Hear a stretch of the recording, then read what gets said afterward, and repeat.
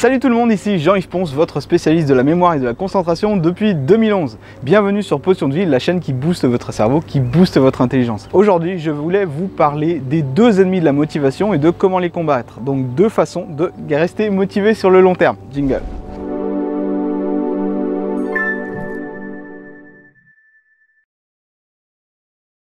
Quels sont ces deux ennemis qui vous empêchent constamment d'arriver à ce que vous voulez ou de vous faire tenir vos engagements? Il s'agit du doute et de la résistance. Dans un premier temps, le doute. Lorsque vous doutez des choses, lorsque vous doutez de que ce que vous faites, ça va vous être utile, lorsque vous doutez que ce que vous faites a un sens, que ce que vous faites est bien et ce que vous faites va vous servir plus tard, à partir du moment où vous laissez le doute s'installer, tout simplement, quelle que soit votre détermination, quelle que soit votre volonté, vous allez finir par perdre espoir, vous allez donc finir par abandonner. Alors comment on fait pour lutter contre le doute? Eh bien tout simplement, le doute c'est comme une machine qui a besoin de carburant pour fonctionner, vous devez en remettre constamment. Comment on fait ça? Comment vous allez pouvoir faire ça? Concrètement, je me constitue une playlist très motivante, je la mets sur mes oreilles, je m'assois, je ferme les yeux, je me laisse bercer par la musique. Pendant que je me laisse bercer par la musique, je suis en train de visualiser ma réussite. Pourquoi je fais tout ça? Pourquoi c'est important pour moi? C'est très important de toujours se rappeler pourquoi vous faites les choses. D'autres personnes font des vision boards. Vous prenez un panneau et vous accrochez dessus des dessins, vous accrochez dessus des photos, de trucs inspirants, de choses qui vraiment vous avez envie d'obtenir. Vous pouvez découper ça dans des magazines et poster dessus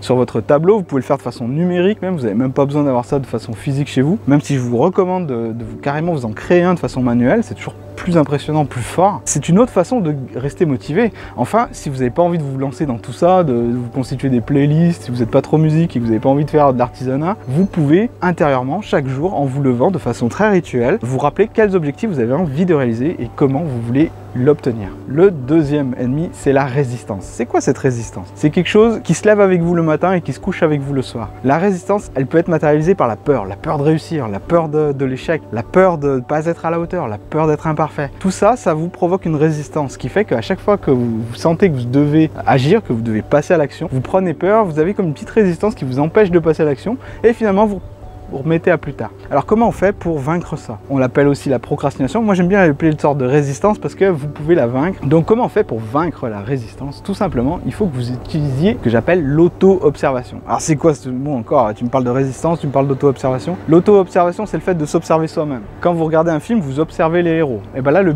héros c'est vous, le but c'est de vous observer vous-même. Comment vous faites ça? Imaginez maintenant, au moment où je vous parle, essayez de vous observer alors que vous êtes à l'autre bout de la pièce ou vous êtes à l'autre bout de la rue. Essayez de vous observer maintenant, en temps réel. Voilà. C'est ça l'auto-observation. Et en quoi ça va vous être utile? Quand vous êtes dans ce mode-là, où vous vous observez en train d'agir ou de parler ou de dire ou de penser, vous êtes capable de changer à ce moment-là. Et si vous êtes capable de vous prendre en flagrant délit de résistance et vous dire « Ah ben là, je vais peut-être regarder mon fil d'actualité Facebook plutôt que de bosser », c'est à ce moment-là que vous pouvez vous dire « Est-ce que c'est vraiment utile que je fasse ça? Ou est-ce qu'au contraire, je ne peux pas passer à l'action ne serait-ce que 5 minutes avant d'aller voir le fil d'actualité Facebook notamment ?» Ça, c'est la façon, l'auto-observation dont vous allez pouvoir vaincre cette résistance. Donc, ça fait deux choses là quand même. On a parlé de auto-observation et on a parlé du sens des choses. Pour moi, c'est les deux ennemis de la motivation et les deux méthodes que je vous ai données sont particulièrement redoutables. Si vous voulez en savoir plus, je vous recommande de vous abonner parce que en ce moment le rythme de publication il est intense et si vous abonnez pas avec la petite cloche, vous allez louper tout le contenu, c'est clair et net, j'en publie vraiment énormément. Si mes conseils vous ont plu, vous n'allez pas être déçus, je vous le garantis. Je vous souhaite à bientôt pour une prochaine vidéo, demain. Salut! Je bafouille là, attends. Concrètement, c'est un mot qui sonne mieux quand même, résistance, procrastination, etc. Tu enlèveras ça, c'est mieux.